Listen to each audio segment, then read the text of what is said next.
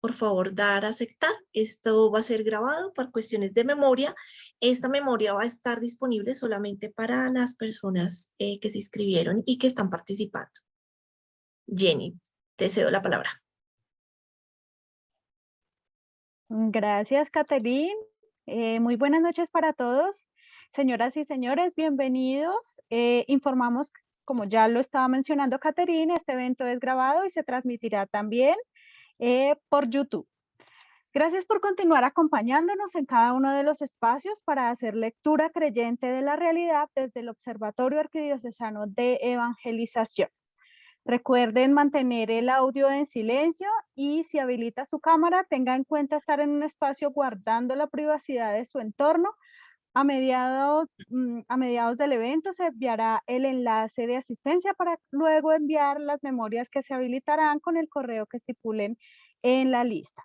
Agradecemos la presencia de nuestros invitados especiales y por supuesto a todos ustedes quienes nos acompañan en esta nueva emisión. Gracias a ustedes esto es posible. También queremos extender el agradecimiento al equipo que se encuentra detrás de la escena de la Universidad Monserrate, Unimonserrate y de la Arquidiócesis de Bogotá.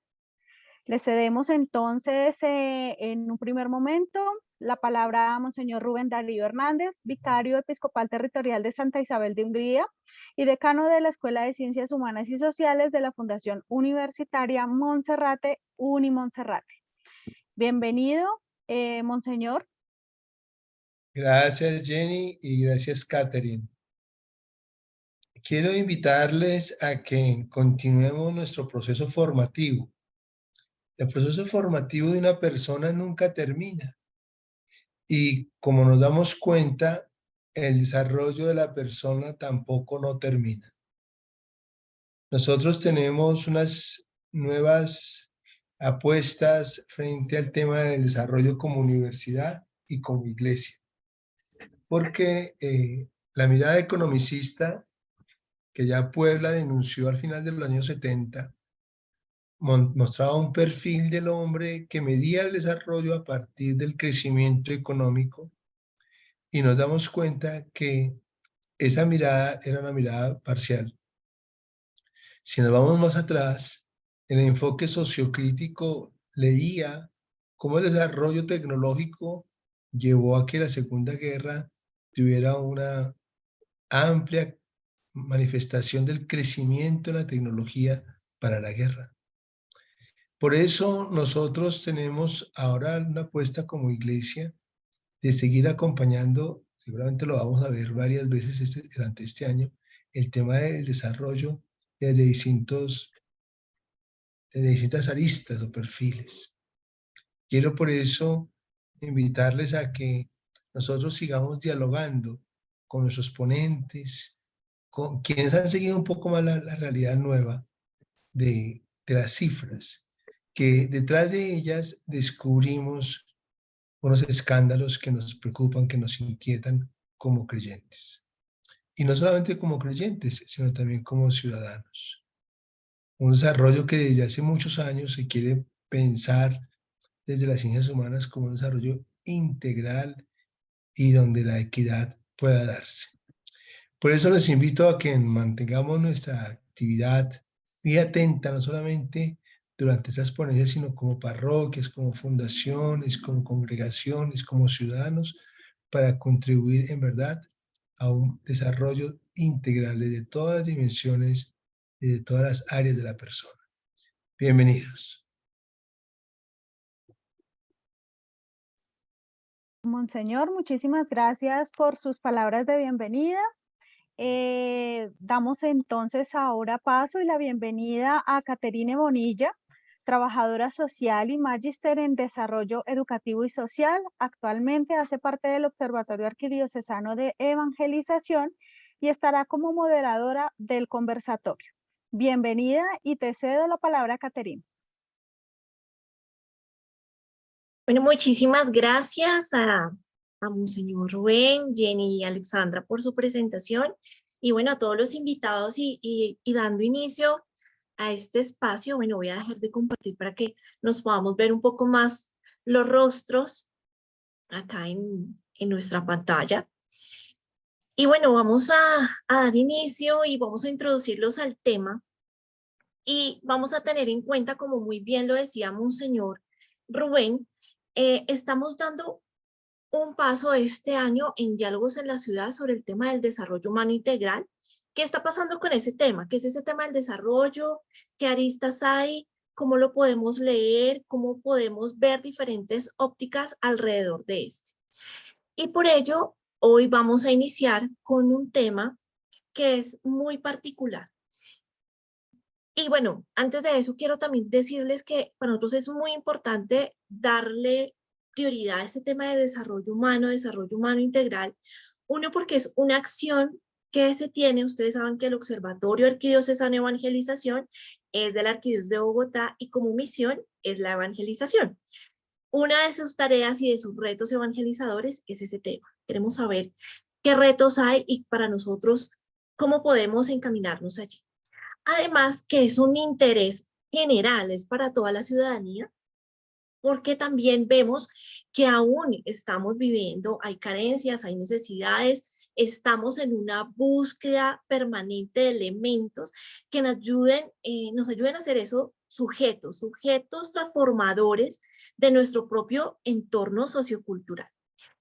En esa mirada, nos vamos a cuestionar en esta primera versión de Diálogos de la Ciudad sobre la pobreza y esa relación con el tema del desarrollo humano. Entonces, yo les cuento acá rápidamente, según el anuario estadístico que tiene la Comisión Económica para América Latina y el Caribe, CEPAL, anunciado sobre ese desarrollo en las regiones, ¿no? Anunció que en Colombia es uno de los países con mayor pobreza extrema en América Latina. Esta información salió el 13 de mayo del 2012. A finales de mayo, la Fundación para el Progreso de la región, que se denomina Pro Bogotá, nos señaló que la capital sigue siendo esa ciudad con mayor desigualdad de las 13 ciudades principales que tenemos en Colombia. Es decir, que 1 de cada 10 personas, de 10 habitantes, se encuentra en una situación de pobreza extrema. Esto fue del 23 de febrero.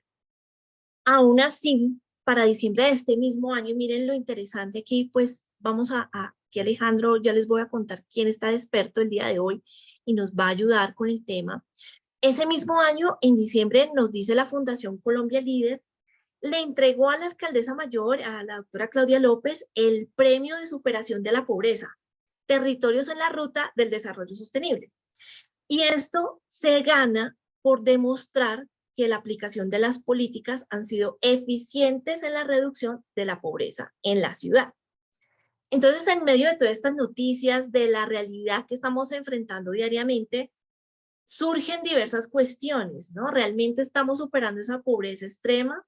¿Esto cómo afecta en el tema del desarrollo humano integral? Y para responder esto y mucho más está en esta primera edición del 2013 a 2 ponentes que nos van a ilustrar según su especialidad el tema. Quiero recordar antes de dar la palabra la metodología que vamos a tener hoy. Cada ponente va a tener 30 minutos para exponer su punto de vista aproximadamente. Y de allí vamos a tener, todo el tiempo vamos a tener el chat abierto para que ustedes puedan escribir. Vayan escribiendo sus preguntas, sus comentarios frente a lo que ellos van diciendo. Sí les pedimos que por favor recuerden colocar, si hacen una pregunta, esa pregunta va dirigido para el ponente tal, Entonces vamos a tener eso abierto todo el tiempo. Y al finalizar las 2 ponencias vamos a ir eligiendo preguntas porque se pueden ir repitiendo, de pronto en el transcurso de su exposición las va respondiendo. Entonces vamos a ir retomando preguntas para luego hacerles a nuestros ponentes. Y ahí vamos a empezar la discusión. Entonces les voy a pedir que seamos muy juiciosos con el tiempo. Entonces para ello le damos la bienvenida a Alejandro Rodríguez Villamizar. Él es trabajador social, magíster en estudios y gestión del desarrollo. Él es especialista en planeación, en gestión y control de desarrollo social y actualmente es candidato a doctor en pensamiento complejo. Se desempeña actualmente como coordinador del grupo de pilotaje y escalamiento de proyectos de la Dirección de Transferencias Monetarias de Prosperidad Social y también hace parte del cuerpo docente de la Maestría en Gestión de Desarrollo Social de la Universidad Unimonserrate, que les recuerdo que también hace parte de la Escuela de Ciencias Humanas y Sociales. Gracias, Alejandro, por aceptar esta invitación. Y bueno, te recuerdo, tenemos 30 minutos y bueno, el micrófono es tuyo, Alejandro. Gracias, Catherine. Te iba a decir, no me deja compartir pantalla. Entonces, mientras yo empiezo, no sé qué pueda hacer, pero bueno, Ya solucioné. bueno, les cuento. Pues muy contento y muy feliz siempre de participar en estos eventos y de participar específicamente en estos espacios porque pues gran parte de mi vida profesional la adelanté muchos años de mi vida profesional y digamos fue para mí la Arquidiócesis de Bogotá escuela de vida profesional y por eso siempre estaré agradecido con la Arquidiócesis y con toda la dimensión social de la evangelización y con toda la Iglesia Católica específicamente de Bogotá porque allí pues me siento que me hice y me desarrollé hablando de desarrollo como profesional. Entonces muy contento de estar aquí en este espacio y específicamente en el observatorio porque siento que hago parte del inicio del observatorio, digamos, de ese primer grupo que estuvo ahí vinculado. Entonces, ya me deja, Kate, ya lo voy a compartir. Perfecto. Por favor, me confirman si ven la pantalla. Sí, se ve. Listo, perfecto. Entonces, les estaba diciendo que me gusta mucho estar en este espacio y espero pues ser de utilidad y que podamos compartir aquí algunas reflexiones sobre el tema de la pobreza. Específicamente voy a hablar sobre pobreza porque digamos que a la luz de la experiencia y de lo que he visto y vivido, la pobreza es un concepto que todos tenemos en la cabeza, pero que no todos dimensionamos o no todos tenemos como la claridad de saber de qué se trata o de qué estamos hablando cuando hablamos de pobreza. Y por el lugar en el que estoy hoy en día, que es el Departamento para la Prosperidad Social, y digamos el rol que hoy en día ocupo como coordinador de este grupo que se encarga básicamente de diseñar, evaluar los lineamientos de política para la reducción de pobreza o para la mitigación de la pobreza, pues me hace, creo que es interesante que comparta un poco con ustedes y podamos de algún modo entender qué se entiende como pobreza, especialmente desde la política pública, porque pues puede ser un concepto que incluya todo y que al incluir todo no incluya nada. Entonces, creo que va a ser importante o lo que quiero centrar y sobre lo cual quiero poner el debate es qué es la pobreza, cómo se mide la pobreza, cómo definimos quiénes son pobres y quiénes no son pobres, cómo establecemos esa relación y de algún modo cuál es la información que tenemos disponible como para dimensionar lo que es la pobreza en el país. Entonces, pues voy a empezar votando aquí una afirmación o presentando una pequeña afirmación sobre lo que puede ser la pobreza, ¿sí? Entonces, las Naciones Unidas nos va a decir que es una condición y ojo que aquí, y bueno, creo que lo quiero poner y es porque aquí estamos hablando de un discurso sobre el desarrollo, específicamente sobre el desarrollo humano, específicamente sobre el desarrollo humano integral, sustentable, digamos el desarrollo en un sentido complejo, en un sentido amplio, no solamente desde esa visión economicista de la cual nos hablaba Monseñor Rubén, sino el desarrollo desde unas lógicas complejas y digamos desde las diversas relaciones que están en esta lógica del desarrollo. La pobreza es una dimensión del desarrollo, digamos que es, si pudiéramos decirle un nombre, es una talanquera para el desarrollo. La condición de pobreza de los hogares y las familias es una dificultad, es una barrera que impide que las sociedades se desarrollen o generen procesos de cambio más rápidos, o que las sociedades tengan acceso a motores de transformación. Pues la pobreza es una barrera. ¿Por qué? Porque la pobreza al final se ve reflejada en ¿qué? En niveles de desnutrición, en pobres condiciones de vida, en la no consecución de condiciones de habitabilidad, digamos, digna, etcétera, etcétera, que todo eso al final hace que eso redunda en no tener oportunidades, en no generar movilidad social, en no generar acceso a mercado laboral, en no generar acceso a emprendimientos o a productividad, y al final pues digamos que es una gran cadena que genera que no haya desarrollo en una sociedad. Entonces, ¿por qué esta discusión sobre la pobreza es importante?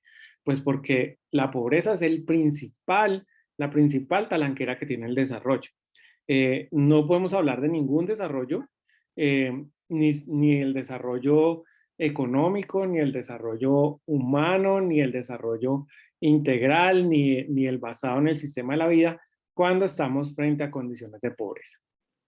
Porque finalmente es la población empobrecida la que más sufre todos los problemas ambientales, sociales, económicos en cualquier sociedad. Entonces, pues decimos que es, para decirlo de una forma sencilla, y vamos a tomar la definición de la ONU, que es una condición caracterizada por una privación severa de necesidades humanas básicas. Eso quiere decir que nosotros, como seres humanos, como personas, tenemos unas necesidades. Y esas necesidades deben ser suplidas de algún modo. Todos tenemos la necesidad de alimentarnos, todos tenemos la necesidad de un ambiente sano, todos tenemos la necesidad de protección, de tener un techo, de tener... y cuando no tenemos acceso a alguna de estas características, pues eso lo vamos a denominar una privación, ¿sí? Si yo no tengo casa, estoy privado de una necesidad que es la de protección. Si yo no tengo alimento esta noche en mi casa, como tienen millones de familias en el país, que están comiendo solamente 1 o 2 veces al día, pues estoy privado de una necesidad que es la de la nutrición. Entonces, dentro de esas condiciones de las cuales están privadas la población en situación de pobreza, está el acceso a alimentos, el acceso a agua potable, a instalaciones sanitarias, y eso quiere decir la falta de acceso a servicios de salud, de vivienda, de educación, así como pues la información, y ni hablar de otras necesidades que también son fundamentales, que se vuelven secundarias, como el acceso a la cultura, a la recreación, a todo aquello que nos dignifica como personas y que nos permite aportar en la construcción de ese tejido social que podemos llamar desarrollo. Pues al carecer de estas condiciones, pues se considera que es una persona pobre. Es decir, toda persona que no tenga acceso a unas condiciones mínimas que permitan el desarrollo de una vida básica, pero digna, ¿sí? Entonces, la pobreza se mide por lo bajo, es decir, por lo mínimo, no se mide por lo alto, sino es una condición de pobreza, es una condición en la cual una familia, y aquí vamos a hablar mucho de esto de hogares, porque básicamente la pobreza corresponde, la unidad de acción y la unidad de intervención, generalmente en términos de pobreza, es el hogar, ¿sí? Y un hogar pues es lo que todos nosotros conocemos en términos de saber las personas que compartimos un mismo espacio, que compartimos una misma canasta de gastos, cómo estamos o no en condición de pobreza. Seguimos. Y eso nos permite pues que haya una necesidad, y es la necesidad de medir la pobreza. ¿Sí? Entonces la pobreza desde la lógica, digamos, común, la cotidiana, uno puede decir esta persona es pobre o no es pobre, pero cuando hablamos de política pública, cuando hablamos de una mirada más amplia sobre la pobreza, pues necesitamos medir.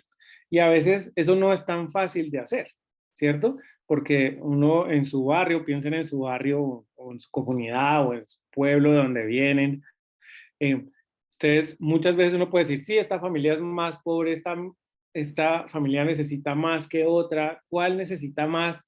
Eso es alguna forma, una intuición en la cual uno puede pensar que es una forma de medición de la pobreza. En nuestras parroquias, por ejemplo, yo cuando estaba en pastoral social, eso era una pregunta que uno se hacía, ¿no? Que si tenemos un programa, ¿cómo sabemos cuáles son las familias que más lo necesitan? Y eso es una pregunta que siempre nos estamos viendo. Entonces aquí vamos a decir, hay algunos mecanismos para medir la pobreza, ¿sí? Para medir la pobreza, para identificar cuál es una escala, podríamos decir, entre más pobre a menos pobre. Estas mediciones siempre son falibles, siempre tienen errores, siempre hay problemas, siempre hay dificultades y eso lo van a ver ustedes. Por ejemplo, el país tiene varias herramientas para medir pobreza, entonces tenemos información que viene del censo o de la encuesta de calidad de vida que nos da las cifras de pobreza multidimensional o la información que viene de encuestas a hogares como el CISBEN. Bueno, tenemos mucha información, esa información siempre es falible, ¿no? Siempre puede que le salga a uno ahí un puntaje y eso diga, no, pero eso no corresponde. Pero al final son los mecanismos que a través del tiempo se han ido estableciendo pues para tener una medición de la pobreza cercana a la realidad. Nunca será igual a la realidad, porque la realidad es mucho más compleja, pero por lo menos sí nos puede decir cómo se mide. Pero además la pobreza puede ser relativa en diferentes contextos. Y eso quiere decir que hoy en día no es lo mismo la pobreza hoy en día que hace 50 años, ¿sí? Por ejemplo, les voy a poner un ejemplo muy simple. Hoy en día una persona que no tenga acceso a redes, que no tenga acceso, no a redes sociales, sino digamos conectividad a la red, es una persona, eso es un indicador de pobreza. Una persona que no tenga acceso a internet es un indicador de pobreza. ¿Por qué? Porque hoy en día la vida cotidiana, la vida social necesita esa forma de comunicación que se ha generado y se ha expandido. Entonces, pero hace 50 años pues a nadie le importaba eso porque eso ni existía.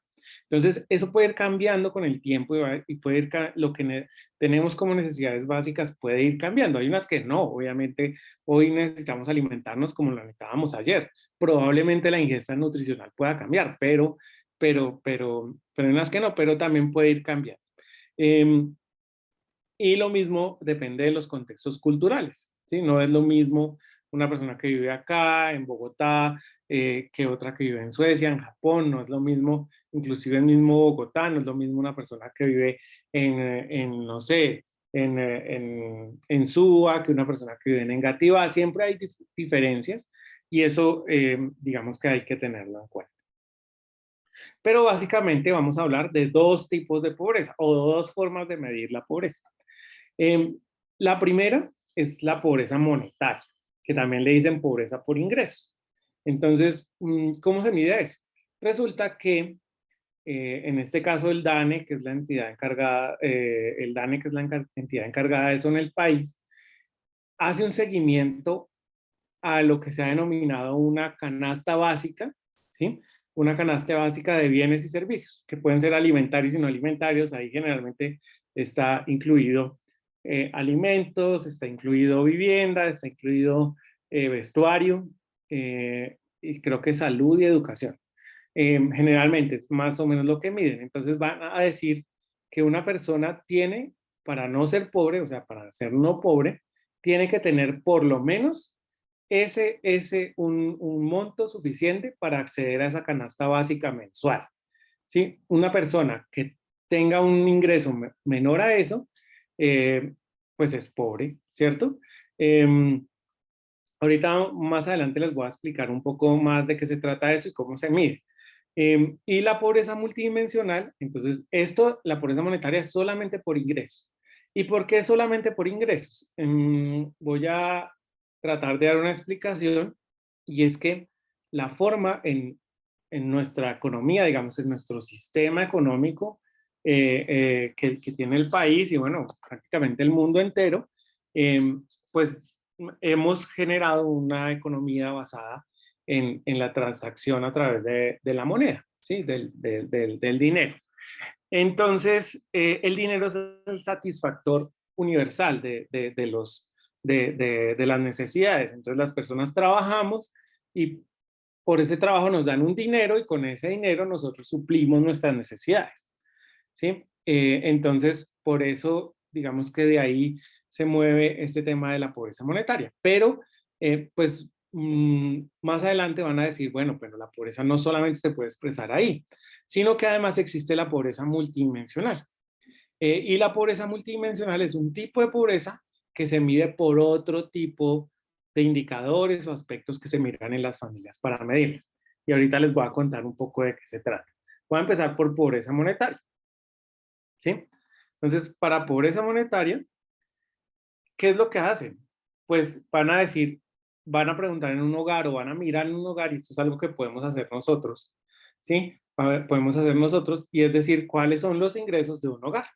Entonces, si un hogar tiene 4 familias, 4 personas, pues entonces uno puede saber fácilmente, digamos, relativamente fácil, cuáles son los ingresos mensuales en su casa, ¿sí? Porque dice, aquí trabaja mi mamá y mi papá, y ellos los dos ganan el mínimo, entonces el ingreso mensual a esta familia es 2 millones 200 y punta, bueno, algo así. Entonces, ¿cuál es el ingreso monetario? Entonces, ¿cuál es el ingreso por las actividades, por el trabajo, por lo que la gente hace? Porque así como el dinero es satisfactor universal, pues el trabajo es el mecanismo a través del cual las personas acceden a ingresos económicos. Entonces, por eso es tan importante el trabajo en todas estas lógicas de pobreza. Y lamentablemente tenemos unos niveles de empleo aquí muy bajos, y ya les voy a contar un poco las cifras más adelante. Pero hay otras fuentes de ingresos, entonces hay casas que tienen, por ejemplo, tienen ingreso por pensión, ya hay una persona pensionada en el hogar, o tienen una renta, es decir, tienen un apartamento y lo tienen alquilado y eso es un ingreso mensual, o tienen acciones en alguna empresa y reciben utilidades, son otras fuentes de ingresos diferentes al trabajo. Y cuando eso no alcanza para suplir una canasta básica, es cuando entran las ayudas institucionales, que son todos esos programas que transfieren un ingreso adicional a los hogares. Entonces le hace Familias en Acción, de pronto ustedes han escuchado algo ahorita sobre lo que va a ser la renta ciudadana, lo que es Jóvenes en Acción, lo que es Colombia Mayor, que básicamente son programas que están diseñados para inyectarle un dinero a las familias para que alcancen un ingreso mínimo para suplir sus necesidades. Y para eso existe una cosa que se llaman las líneas de pobreza, ¿sí? Las líneas de pobreza. ¿Qué es una línea de pobreza? Entonces, miren, esta es la información más actualizada que tenemos del país, porque que es la del 2021. La información del 2022 saldrá más o menos en mes y medio, pero entonces mientras tanto nos movemos con la del 2021. Entonces, aquí hay unas líneas que son las que establecen la gente que es pobre y que es no pobre. Para que lo vean, digamos que aquí en el gráfico que tenemos, lo que está pintado de azul es la población pobre y lo que está pintado de rojo es la población pobre extrema. ¿Qué significa una cosa y la otra? ¿Sí? Hay una línea de pobreza que para el año 2021 fue de 354.031. Eso es un promedio. Eso varía por ciudades y por municipios y todo eso, pero ese es el promedio nacional. ¿Esto qué quiere decir? Que para que una persona deje de ser pobre, tiene que tener un ingreso superior a 354.031 pesos. Eso es por persona, no por hogar. Eso quiere decir que si un hogar de 4 personas, ¿sí? Para que no sea pobre, tiene que tener un ingreso superior a 1.416.124. Esos son números, obviamente sabemos que eso cambia de familia en familia, que hay familias que manejan mejor el dinero, otras que no, pero digamos eso es un promedio. Nos da más o menos la idea de pensar en qué es. ¿Y qué es la línea de pobreza extrema? La pobreza extrema es cuando realmente esta persona que recibe un ingreso inferior o igual a 161.000 pesos mensuales, esta persona no solo no tiene para suplir las necesidades básicas, sino que esta persona está literalmente en situación de hambre extrema. Y eso es un grupo grande de la población que tenemos aquí en pobreza extrema, personas que no tienen ni siquiera un ingreso mínimo para alcanzar lo más básico, que es la alimentación. Entonces, todo este grupo de población, todo lo que está por debajo de la línea es la población. En Colombia, si vemos acá, el grupo más grande está en pobreza, hay un grupo muy grande en pobreza extrema, y aquí estamos más o menos el resto que se consideran no pobres, pero miren cómo va pasando. Aquí se va acercando al millón, ¿no? Aquí este punto es las personas que, al final de la línea, las personas que reciben 1.000.000 al mes, y eso es por persona, y eso es pues una cantidad cada vez más pequeña. Bueno, aquí les voy a contar un poco cómo está la pobreza monetaria.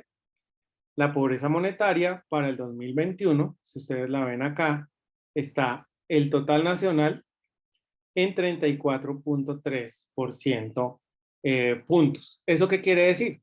Que de cada 100 colombianos, 34,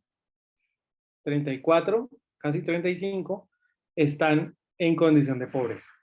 Eso es muy alto, ¿sí? Es muy alto para un país como este.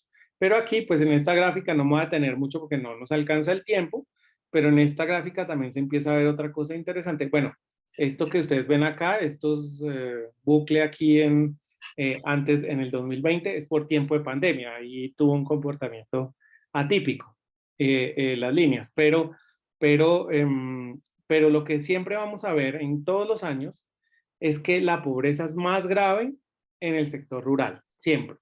La pobreza monetaria o la pobreza extrema o la desigualdad, casi todo siempre es más grave, los índices son más graves en el campo que en las ciudades. ¿Y eso por qué pasa? Porque el campo en muchos territorios de lo que llamamos la Colombia profunda, tiene varias condiciones. Una es la condición de violencia, de conflicto armado. Otra es una gran concentración de la tierra, es decir, aquí hay grandes latifundios y mucha desigualdad en el campo. Y la otra es que hay muchos territorios muy alejados, sin conectividad y que no tienen un mercado, realmente no tienen un mercado que genere empleo, ¿sí? Hay un montón de territorios en el país, territorios indígenas, territorios con población afrocolombiana y municipios, digamos, muy adentro de los territorios que no tienen ni siquiera la posibilidad de que haya empleo, porque uno puede decir, bueno, aquí en Bogotá la gente acude al rebusque o acude a muchas cosas, pero hay lugares donde no hay mercado. Es decir, usted no puede hacer empanadas porque no hay quien se las compre, ¿sí? Porque todos están como en la misma condición. Entonces, por eso suele ser más grave el tema. Y la pobreza extrema, que está aquí el punto del nivel nacional para el 2021, está en 12.2%, y esto es gravísimo porque lo que nos está diciendo es que de cada 100 colombianos, 12 están literalmente en condiciones de hambre, ¿sí? De hambre. Y ahí hay un deterioro muy grave el tema de pobreza extrema. Los objetivos de desarrollo sostenible, lo que apunta en la política internacional, apunta a que ningún país tenga pobreza extrema, ¿sí? A eliminar la pobreza extrema. Y a eso le han apuntado pues los planes de desarrollo, el plan de desarrollo que está en construcción ahorita también le va a apuntar a eso, es cómo llevamos ese 12 a un 0. Es decir, que la gente, eso no acaba la pobreza, pero por lo menos hace que las formas más graves de pobreza no existan. Pero pues eso no es tan fácil de hacer. Aquí les cuento un poco de cómo se comporta la pobreza por departamentos. Entonces, hay unos departamentos que son críticos, Generalmente son Guajira y Chocó, siempre Guajira y Chocó están en términos de pobreza aquí, veamos, 66%, 64%, y eso es una característica muy propia del país, es decir, territorios indígenas, territorios negros suelen ser los que tienen mayores condiciones de pobreza. Y generalmente departamentos como Cundinamarca, Caldas, Antioquia, sobre todo por los sectores que tienen alrededor, pues están un poco más abajo, siendo también niveles altos. En Bogotá está por acá. Bogotá está en un 40% de incidencia de pobreza monetaria para el 2021 en un 35%, ¿sí? De incidencia de pobreza monetaria. Entonces, pues, es igual bastante alto. Aquí, pues, tenemos un poco cómo se comporta, siendo la zona Caribe y la Pacífica las más graves, pero no me voy a detener aquí porque pues, no alcanzamos, ¿sí? Pero además hay otro elemento y es que también se mide el coeficiente de Gini. Y el coeficiente de Gini es bien interesante porque es un coeficiente que intenta medir la desigualdad, ¿sí? La desigualdad. Porque cuando uno hace estos promedios, pues puede cometer errores y se cometen errores, digamos, la estadística, las matemáticas son un lenguaje que no es capaz de entender la complejidad, digamos, abarcar en toda su complejidad el tema de la pobreza. Pero entonces, ¿por qué? Pues porque, por ejemplo, si yo hoy almorcé un pollo y mi vecino no almorzó nada, o yo almorcé, entonces en promedio, pues cada uno almorzó medio pollo. Pero eso no es cierto, ¿sí? Porque yo tengo todo y mi vecino no tiene nada. Entonces el coeficiente de Gini lo que mide es, entre más el puntico aquí se acerque al cero, sería la equidad total, es decir, como si todos tuviéramos los mismos ingresos. Eso significaría que de aquí a mañana todos exactamente ganamos, no sé, 2 millones al mes. Si eso fuera la igualdad completa, entonces el coeficiente sería 0. Y si el coeficiente es 1, ¿sí? El coeficiente es 1, es la total desigualdad. Es como si una sola persona tuviera todos los ingresos y el resto tuviéramos 0. Eso debería estar mucho más cerca al 0 y generalmente la mayoría de países están más cerca al 0, pero en Colombia suele estar muy cerca, es decir, por encima de la mitad. ¿Y eso qué quiere decir? Que somos un país muy desigual. Que no somos un país pobre porque no estamos en la lista de los países dentro de los países más pobres, generalmente estamos en la mitad, pero sí somos un país muy mal distribuido.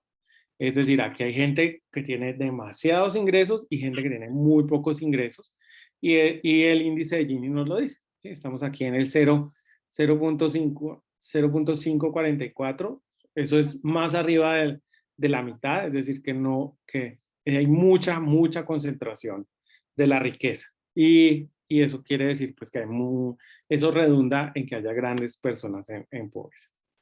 Ahora hablemos de la pobreza multidimensional. Resulta que no todo puede ser por ingresos, por dinero, sino que Alejito, existe... 5 minutos. ¿Cuánto tiempo me queda? ¿5 minutos? 5. Listo. Sí. Listo, entonces voy a pasar por aquí. Aquí se miran cuáles son las condiciones educativas, las condiciones de la niñez, del trabajo, de salud, y todo esto es lo que nosotros vamos a llamar, digamos, formas de salir de la pobreza que no estén referidos, digamos, al dinero. Entonces, para que una familia no sea pobre, tiene que estar los niños estudiando, tiene que los niños asistir al colegio, no tener rezago escolar, no haya barreras para el cuidado, que no haya trabajo infantil, que haya unas tasas de trabajo formal, que no haya desempleo, que no haya seguridad. Entonces, todo esto es lo que nosotros llamamos otra forma de medir la pobreza y hacia allá pues le apunta la política. No me voy a tener acá, aquí después si quieren en algún momento mirar esto, pero quiero mirar aquí solamente en una cosa, y es que los más graves niveles de privación están aquí, en desempleo y en trabajo informal. Entonces somos un país que no tiene capacidades de empleo formal y eso miren el número, o sea, 73% de la población no tiene acceso a trabajo formal. Eso hace que no haya seguridad y que el trabajo sea, y que lo que yo les decía, si el dinero es el satisfactor universal porque nos permite acceder a través del mercado y el trabajo es la forma como accedemos, pues si nuestras condiciones laborales son estas, pues estamos bastante graves. No me voy a tener acá. ¿Cómo se reduce la pobreza? Entonces, hay un tema que se llama la protección social, ¿sí?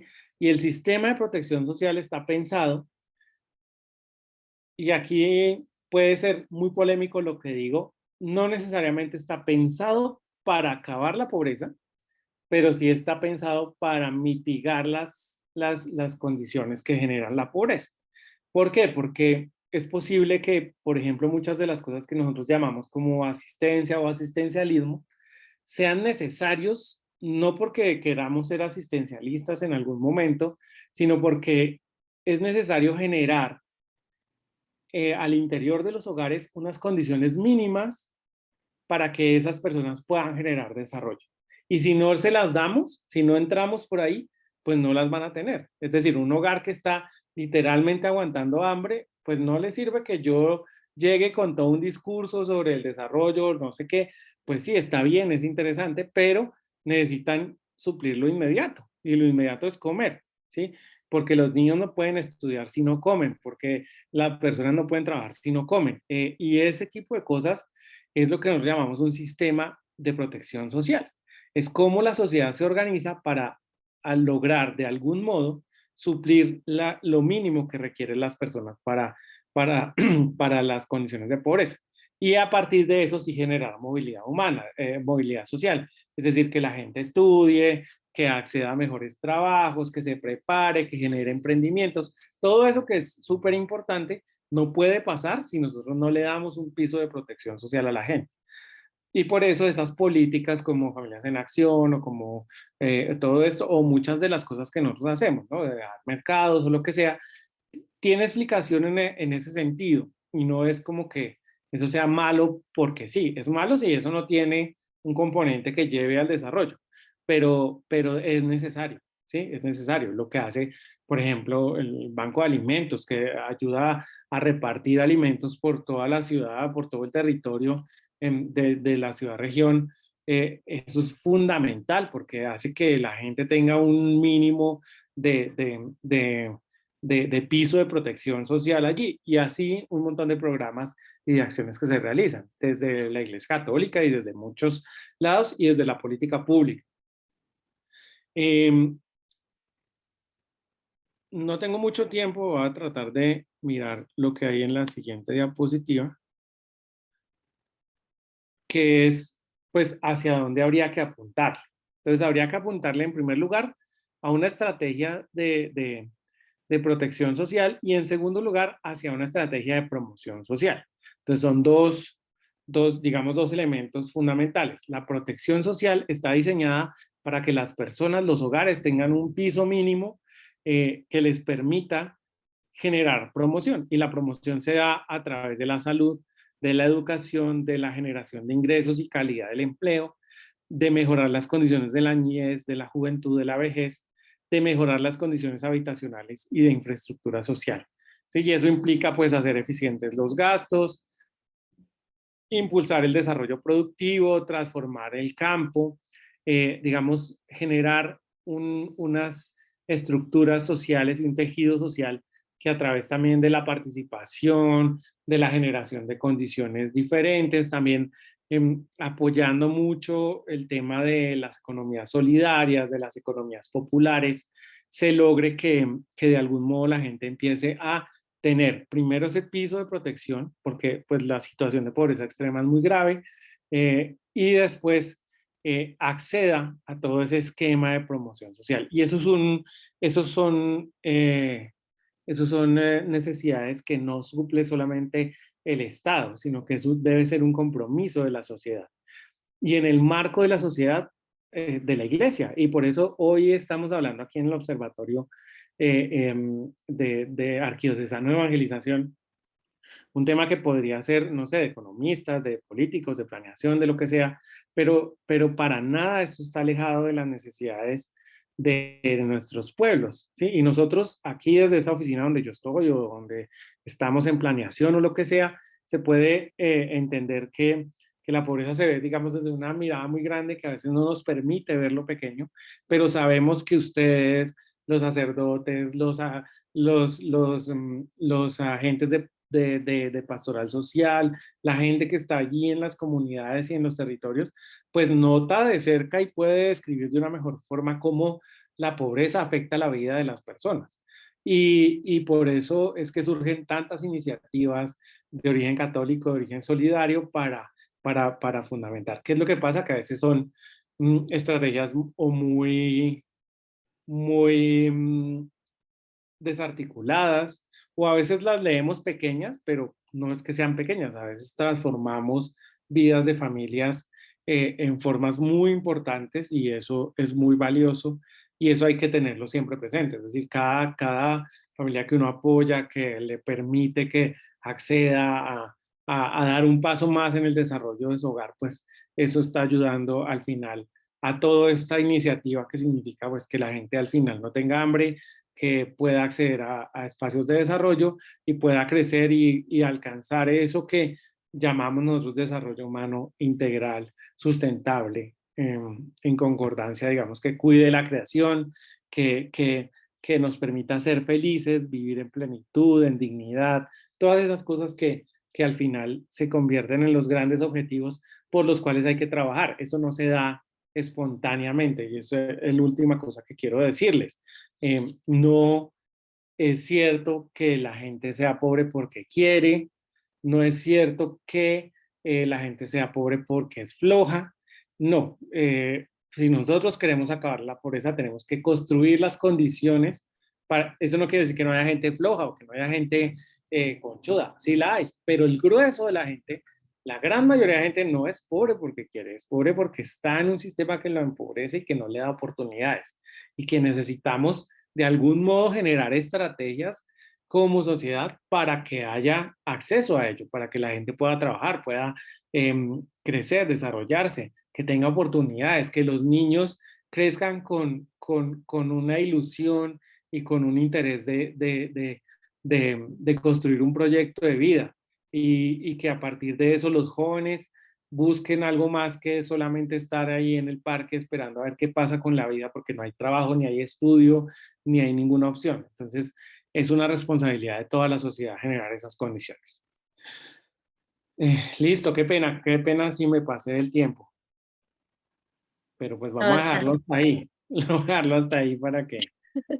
Bueno, sabemos que ese es un tema bien amplio, ¿no? Es un tema que tiene de ancho, de largo, por todas sus matices que pasa allí. De hecho, desde aquí ya nos están, y la pobreza oculta, bueno, ahí son temas que también van allí encaminados en todo este tema. Pero para dar paso a esa otra mirada, a esa otra percepción, concepción de qué es, cómo vemos el desarrollo humano, cómo vemos la pobreza. Entonces voy a darle paso a el padre Luis Fidel Suárez, quien ha estado con nosotros trabajando, al igual que Alejandro, desde los inicios en el Observatorio Arquidiocesano de Evangelización. Y el padre Fidel, él es doctor en teología, él es licenciado también en teología, con una especialidad en teología práctica. Y actualmente él es el director del programa de teología de la Fundación Universitaria Montserrat. Y bueno, y él nos va a dar ese otro contexto, lo que nosotros denominamos un contexto teológico pastoral. Entonces, muchas gracias, padre Fidel. Bienvenido. Igual yo invito y sigo insistiendo que yo les voy escribiendo, recuerden estar mandando sus inquietudes, sus comentarios vía chat para que al final luego vamos a retomar, hacemos un retomo de estas preguntas, estas inquietudes, algunos comentarios para entre todos dar, bueno, respuesta o reflexiones o salir con más inquietudes también de este momento. Voy a compartirle entonces la pantalla, padre, para que usted pueda ir hablando. Le cedo la palabra. Bienvenido. Gracias, Catherine. Un saludo muy cordial para todos los que están conectados en este momento. Saludo también para Alejandro. No había caído en la cuenta de quién se trataba. Qué alegría volvernos a encontrar por esos lados, ¿no? Porque en ese trío de Alejandra, Alexandra, Alejandro y Monseñor Mancera, estuvimos en los inicios de la proyección del Plan E, por allá por el 2012 tal vez, 2012, 2013, creo. Bien, entonces, qué alegría, Alejandro, entonces, encontrarnos y relacionar el gran aporte que nos has dado. Yo he titulado el aporte que me pidieron, aportes para una lectura creyente del tema propuesto para este diálogo. Y pienso que el tema en general podría ubicarse como en tres aspectos. El ideal, el deber ser, la utopía creadora, que sería el desarrollo humano integral. El otro, el condicionamiento y a la vez la oportunidad para lograr ese ideal. Ese condicionamiento, esas condiciones, como decía ahora Alejandro, pues es esa pobreza en sus múltiples manifestaciones. Y la carrera tendría que ser el camino para unir esos dos polos desde una mirada de fe. Entonces, para poder llevar a cabo esta mirada desde la fe, lo que ahora intento es ofrecer algunas consideraciones de carácter teológico que puedan servir de criterio para una lectura creyente, que es lo que ha intentado el observatorio en los últimos años, y que puedan inspirar propósitos de evangelización o también iniciativas ciudadanas en este campo de del desarrollo humano integral, aspecto tan fundamental para nuestras sociedades. Comienzo por el punto de las condiciones y el tema entonces de la pobreza. El título de este coloquio se identificó así: una carrera contra la pobreza, ¿cuál desarrollo? En mi intervención quiero como añadir la otra pregunta: ¿cuál pobreza? ¿De qué pobreza se trata desde el punto de vista más teológico o bíblico? Dado que el término pobreza es equívoco y se presta para ambigüedades, es necesario hacer varias clarificaciones para luego identificar criterios o iniciativas, criterios para llevar adelante una lectura creyente de procesos o iniciativas de desarrollo humano integral. En estas aclaraciones sigo aportes interesantes de el teólogo latinoamericano Gustavo Gutiérrez en su libro clásico de Teología de la Liberación, Perspectivas, en el capítulo 13. Él habla ahí primero de la pobreza material, entendida como carencia de bienes económicos. Alejandro nos ha ilustrado muy bien parámetros que pueden ser diversos. Esos bienes económicos necesarios para una vida humana digna. Es considerada esa pobreza como algo degradante y es rechazada por la conciencia del hombre contemporáneo. Se trata de la pobreza material que se manifiesta en hambre, que lleva muchas veces a la muerte, que se identifica en ser analfabeto, en ser explotado por otros hombres, en no saber que se es explotado, en no saber que tenemos una dignidad como personas. La segunda pobreza es la pobreza espiritual, entendida como simple actitud interior de desprendimiento frente a los bienes. Esta pobreza resulta también imprecisa, afirma Gutiérrez, porque en ese caso el pobre sería no tanto el que no posee bienes materiales, sino más bien aquel que, aunque los posea, no está apegado a ellos, lo que permitiría afirmar, por ejemplo, que un rico puede no solo ser un pobre espiritual, sino que inversamente un pobre puede ser rico de corazón. Concluye Gutiérrez diciendo que esta perspectiva espiritualista lleva rápidamente al impasse. Por eso es importante preguntarse, ¿hay otros enfoques o maneras de entender la pobreza bíblica y teológicamente? El autor que estoy citando habla entonces también de la pobreza como infancia espiritual. Es como una segunda línea de pensamiento en la Biblia. Cita a un biblista clásico en un Gelan, en un libro que se llama Los pobres de Yahvé. Ahí se afirma, pobre es el cliente de Yahvé. La pobreza es un poder de acoger a Dios, una disponibilidad a Dios, una humildad ante Dios. Bíblicamente también se habla o teológicamente más bien, habría que hablar de la pobreza como solidaridad y propuesta. Es la fórmula que propone Gutiérrez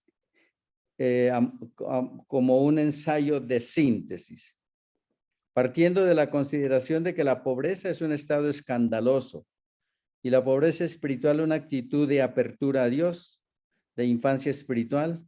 Esta tercera orientación de la pobreza está inspirada en la Constitución Lumen Gentium del Concilio Vaticano II, cuando intenta responder a la inquietud manifestada por el Papa Juan XXIII pocos días antes de iniciar el concilio, cuando se refiere a que el concilio debe abordar la realidad de muchos países pobres a fin de que la Iglesia se sienta solidaria con esa realidad de pobreza.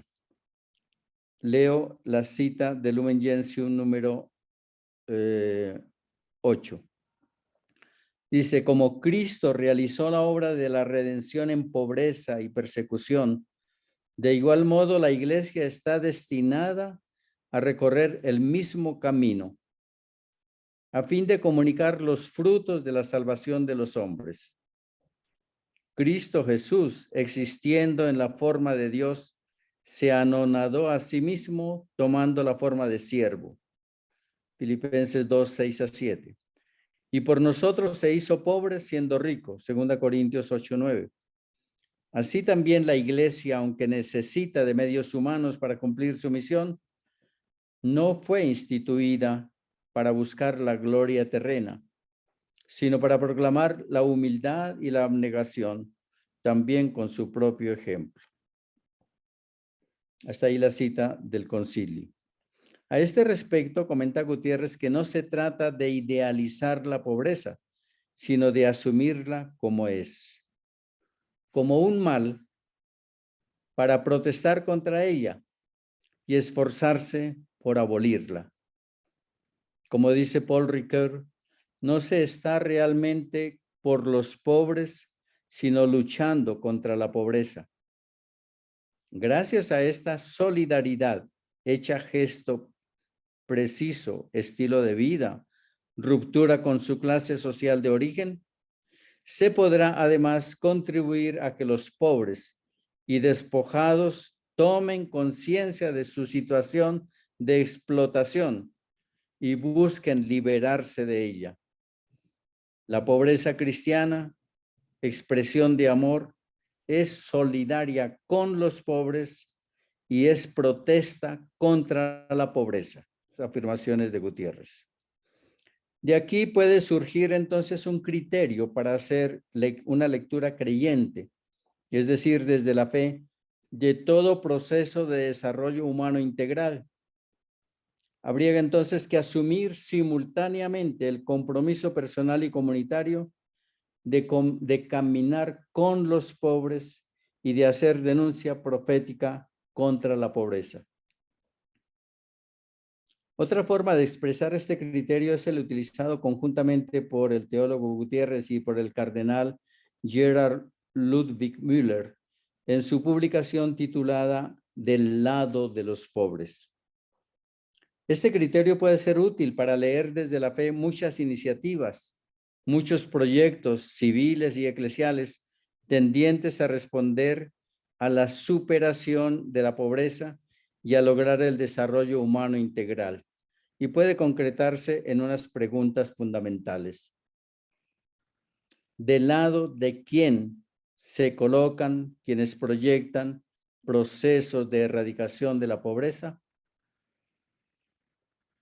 ¿Del lado de quién están programas, procesos, iniciativas tendientes al desarrollo humano integral? Estas preguntas podrían ayudar un poco en todo este mar de informaciones, de noticias, de polémicas, aquí y allá. Podrían valer estas preguntas, ¿verdad? ¿Del lado de quién nos colocamos? ¿Qué es lo que estamos defendiendo? Porque, por ejemplo, una legislación, habrá que preguntar del lado de quién está una ley, cualquiera que sea. Quiero referirme en breve ahora al segundo término, el ideal, la búsqueda, la utopía creadora, que hemos denominado entonces desarrollo y desarrollo humano integral, con esos dos calificativos.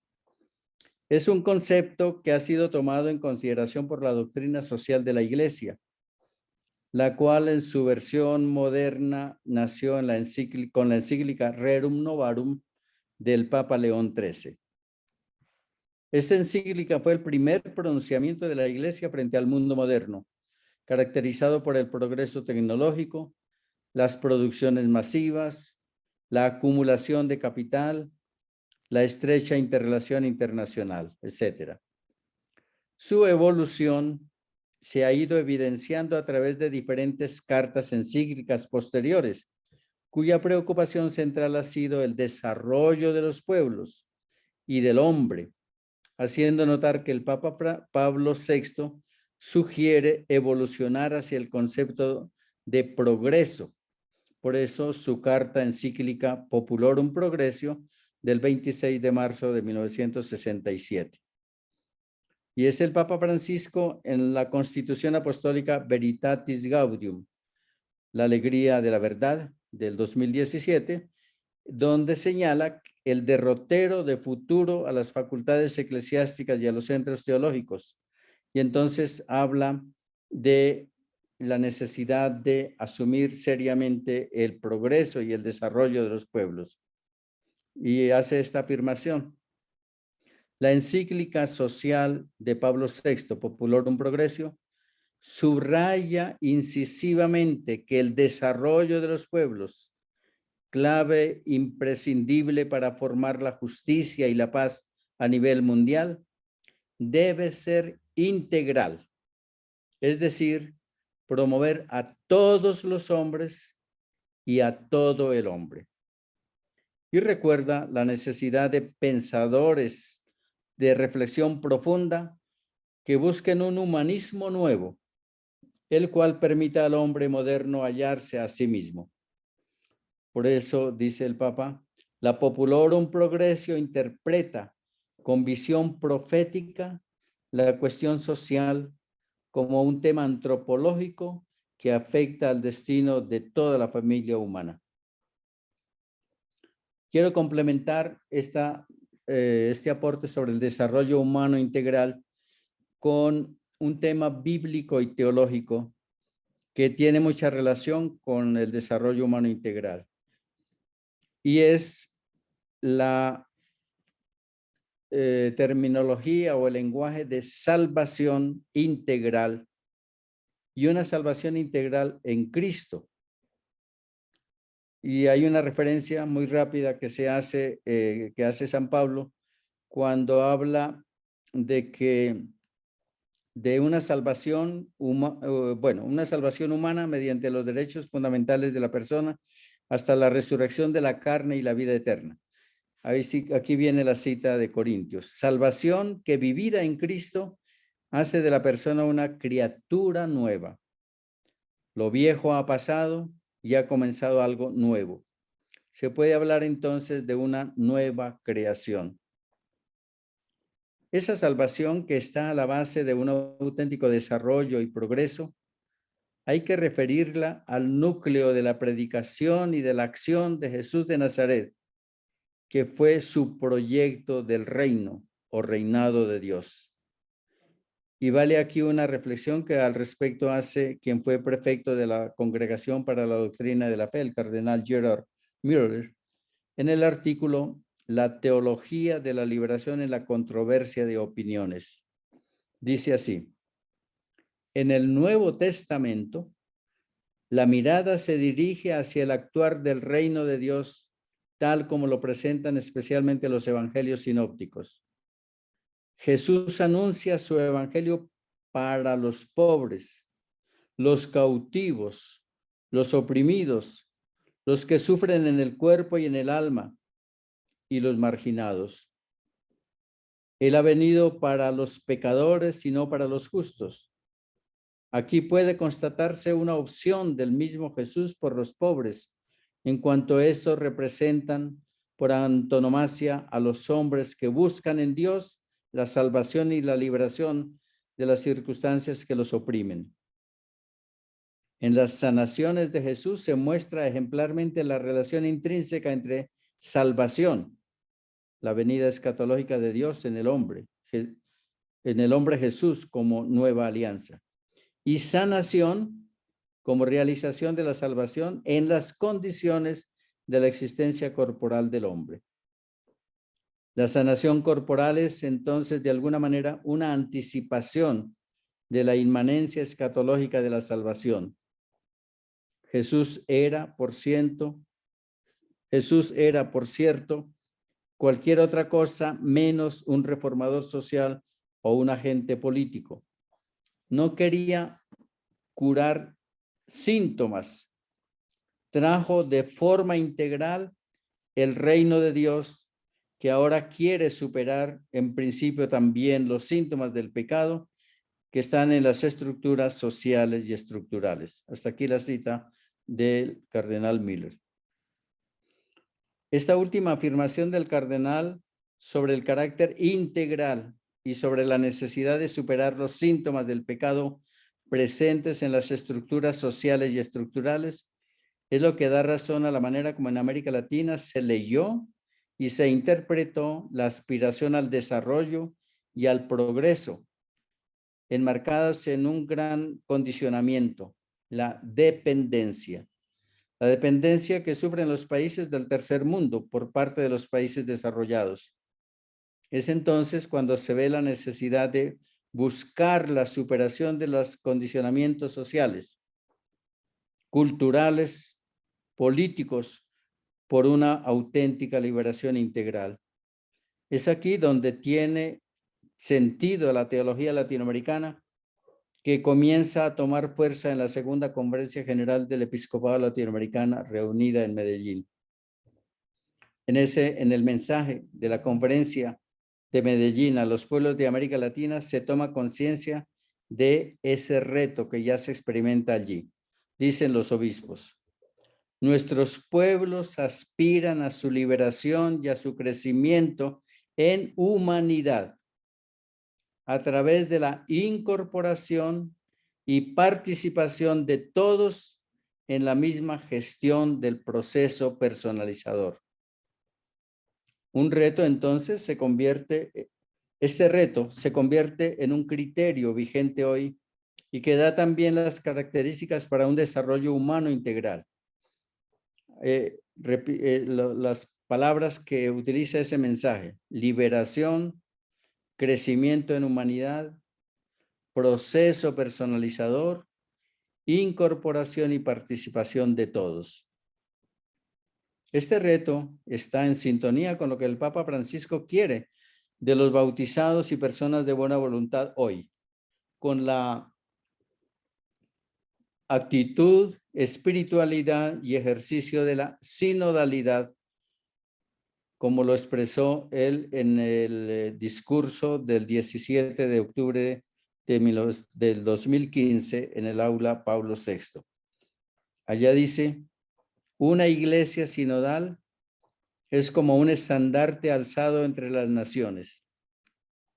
En un mundo que, aún invocando participación, solidaridad y la transparencia en la administración de lo público, a menudo entrega el destino de poblaciones enteras en manos codiciosas de pequeños grupos de poder.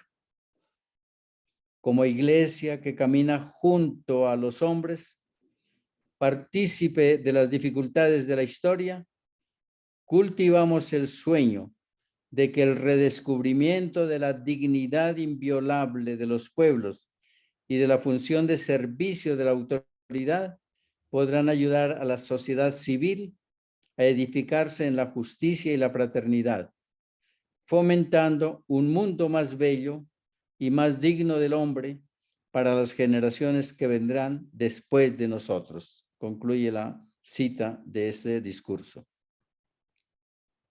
Pues bien, de estas consideraciones teológicas se pueden entonces deducir algunos criterios formulados en forma de pregunta para leer desde la fe las experiencias y procesos tendientes hacia un desarrollo humano integral.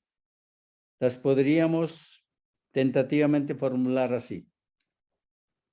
¿En qué sí y en qué no un proyecto o una experiencia concreta de desarrollo humano integral es expresión del reino de Dios que inauguró Jesús? Otra pregunta que podría ayudar: ¿quiénes son los protagonistas de las experiencias de desarrollo humano integral?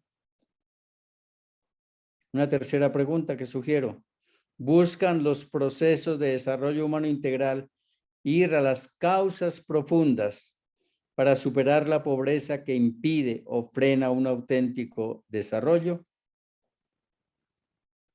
Bien, para terminar, y a la manera como lo hacía Alejandro, cuando hablaba de cómo reducir la pobreza, y él hablaba del sistema de protección social y la inclusión social, yo propondría que todo eso se pueda hacer también apoyados en algo metodológico, y que en cierta manera es eco al método teológico que utiliza el programa de teología de la Unimonserrate, en 4 pasitos. Primero, identificar muy bien el terreno desde el cual se hace esta carrera contra la pobreza, con una descripción lo más objetiva posible, sin juicios de valor inicialmente, de la situación o realidad de los proyectos o iniciativas que se proponen o que ya se están dando. Aquí es preciso no quedarse en los síntomas de la pobreza, sino en las causas profundas estructurales. El segundo paso: tener claridad en los conceptos que iluminan la mirada de fe. En este caso, hemos hecho alusión a pobreza y desarrollo humano integral, también al tema del reinado de Dios. Tercero, hacer un discernimiento evangélico sobre el proceso que se esté desarrollando, a fin de descubrir qué hay ya de desarrollo humano integral en iniciativas, sean civiles o sean ciudadanas o sean también eclesiales. Para ir descubriendo entonces las conversiones, qué cambios nos está pidiendo Dios, cambios o conversiones personales, institucionales y estructurales. Y el último ahí saldrán de esas conversiones retos y desafíos para emprender realmente esa carrera de superación de la pobreza. Finalmente, concretar compromisos de acción, es decir, una praxis que integre esos retos y desafíos que surgen del discernimiento evangélico. Gracias por la atención prestada a esta iluminación desde la teología, confiando en que contribuya a un diálogo abierto y a ir definiendo propuestas concretas en los proyectos o realizaciones en curso tendientes a un desarrollo humano integral. Muchas gracias.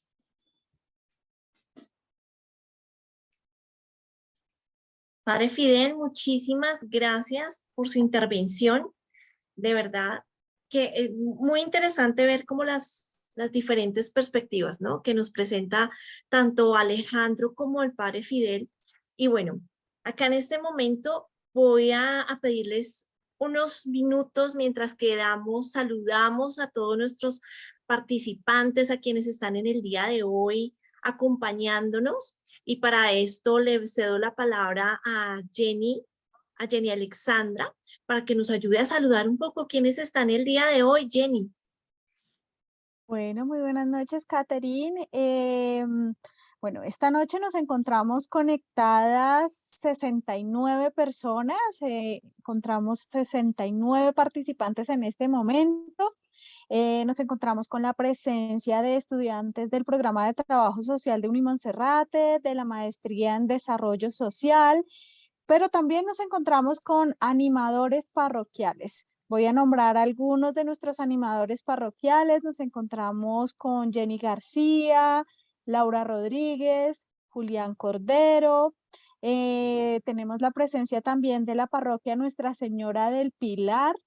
Por acá no nos pusieron, muchos no nos pusieron de dónde vienen, pero bueno, voy a nombrar algunos. William Padilla, Janet Moreno. Si desean por chat nos pueden decir quiénes, de qué parroquias o de qué lugares se encuentran conectados para darles un pequeño saludo. Encontramos también a Estela Díaz. Bueno, tenemos varios animadores. Las hermanas juanistas de Lucero Bajo se encuentran presentes en este momento. De la Fundación San Antonio también nos acompañan en esta noche de frío en Bogotá, Parroquia de la Consolata. Bueno, tenemos muchas personas que nos están acompañando en esta noche. Parroquia Nuestra Señora de la Candelaria, San Juan de Eudes, Minuto de Dios. Bueno, tenemos San Juan Bautista de la Salle. Se animaron nuestros participantes a escribir en chat. Parroquia San Vicente Ferrer. Para este saludo de ya a las 8:18 de la noche. Ya estamos en la parte final de este maravilloso encuentro de diálogos en la ciudad. Parroquia San Francisco Javier. Bueno, De la Salle quisiéramos Mosquera. saludarlos a todos. San Raimundo, Parroquia San Raimundo, Parroquia, bueno, se me fueron varias. Bueno, quisiéramos saludarlos a todos en este momento, pero pues bueno, por cuestiones también de tiempo no alcanzamos a saludarlos a todos. Sin embargo, agradecemos la presencia de cada uno de ustedes en esta noche. Entonces, Catherine, te doy la palabra para que continúes entonces con la intervención. Vale, muchísimas gracias, Jenny, y a todos nuestros participantes. También por ahí están desde Mosquera, desde el estado de Mosquera de la Unimonserrate. Bienvenidos todos y todas. Bueno, para las personas, porque hay algunos que han entrado un poco después de iniciado, entonces voy a retomar un poco algunos elementos que nos dieron nuestros queridos ponentes. Entonces, vamos a ver, desde el doctor Alejandro Rodríguez, él nos habla desde la pobreza como una condición que se caracteriza en el tema cuando hay una privación severa de necesidades humanas básicas, ¿no? Esto es uno de los conceptos que hay desde pobreza, ¿no? Y también nos hace referencia que cuando existe cuando está la pobreza, pues es una barrera para que realmente se dé un desarrollo. Desarrollo mirado desde cualquier perspectiva, económica, humana, integral, sustentable, etc. Al carecer, pues obviamente, todas estas condiciones mínimas, no va a haber un desarrollo básico. Hay unas maneras de hacer una medición de la pobreza, que igualmente, como él nos explicaba, es relativa, porque esto va a depender de los contextos, de las culturas, de cómo para esta comunidad se vive un desarrollo que es que haya una satisfacción de sus necesidades básicas, ¿no? Y nos explicaba a grosso modo dos maneras de medir la pobreza. Nos hablaba de esa pobreza monetaria y la pobreza multidimensional, que no voy a entrar pues en detalles porque era bastante grosso, pero es para que recordemos un poquito. Ahora bien, él también nos dice que se hace, digamos que a nivel gubernamental, para poder eh, mitigar aquello que causa un poco la pobreza, ¿no? Él nos hablaba de todo ese sistema de protección social que está allí puesta, que nos ayuda a suplir un mínimo, ¿no? Para poder luego generar una movilidad social, darle un piso de eso, con esa canasta básica a las familias, a las personas, pero también siendo claros que radicarla completamente se necesita unas condiciones generales que no solamente las da el gobierno, que es un sistema, estamos dentro de un sistema, que necesitamos también como sociedad construir estrategias para dar esas oportunidades que tanto se necesitan. Por otro lado, nuestro querido padre Fidel también nos hacía un recuento de otras miradas y esas otras concepciones que se tienen de la pobreza. Nos hablaba de esa pobreza material, de la pobreza espiritual. Nos daba también otro significado que se le da a la pobreza como infancia espiritual. Nos hablaba también de esa pobreza como solidaridad, de protesta, y nos hacía algunas preguntas para también hacernos recordar en ese momento que estamos implementando o vamos a territorio, digamos en el caso también de los estudiantes, quienes van a sus prácticas, sus campos de práctica, quienes van o tienen proyectos en sus parroquias o en sus organizaciones, en sus colegios y demás, del lado de quién se coloca esos planes, al lado de quién se colocan esos proyectos. ¿Es para erradicar la pobreza? ¿Es realmente para ayudar? ¿Qué intereses hay de fondo? También nos hablaba y nos hacía un breve recorrido de cómo desde la iglesia se ha tomado y se ha venido evolucionando el concepto también de desarrollo, ¿no? Cómo ha pasado de desarrollo al progreso de los pueblos. También nos hablaba de cómo también se concibe, digamos, resumida de una manera muy resumida, llegar como un acto final, llegar a esa sinodalidad, ¿no? Que nos podría de una u otra manera ayudar a encontrar un poco esa respuesta que todos aquí hacemos a esas inquietudes que ustedes están acá manifestando de cómo realmente erradicar esa pobreza. Bueno, esto es un breve resumen de lo que nuestros queridos exponentes nos han dado. Ahora, Alejandro y Padre Fidel, hemos tenido acá, voy a hacerles también acá, voy a retomar algunos elementos que nos han dado nuestros participantes para que podamos ayudar a dar unas respuestas o también dejar allí algo para la reflexión y que también todos podamos aportar.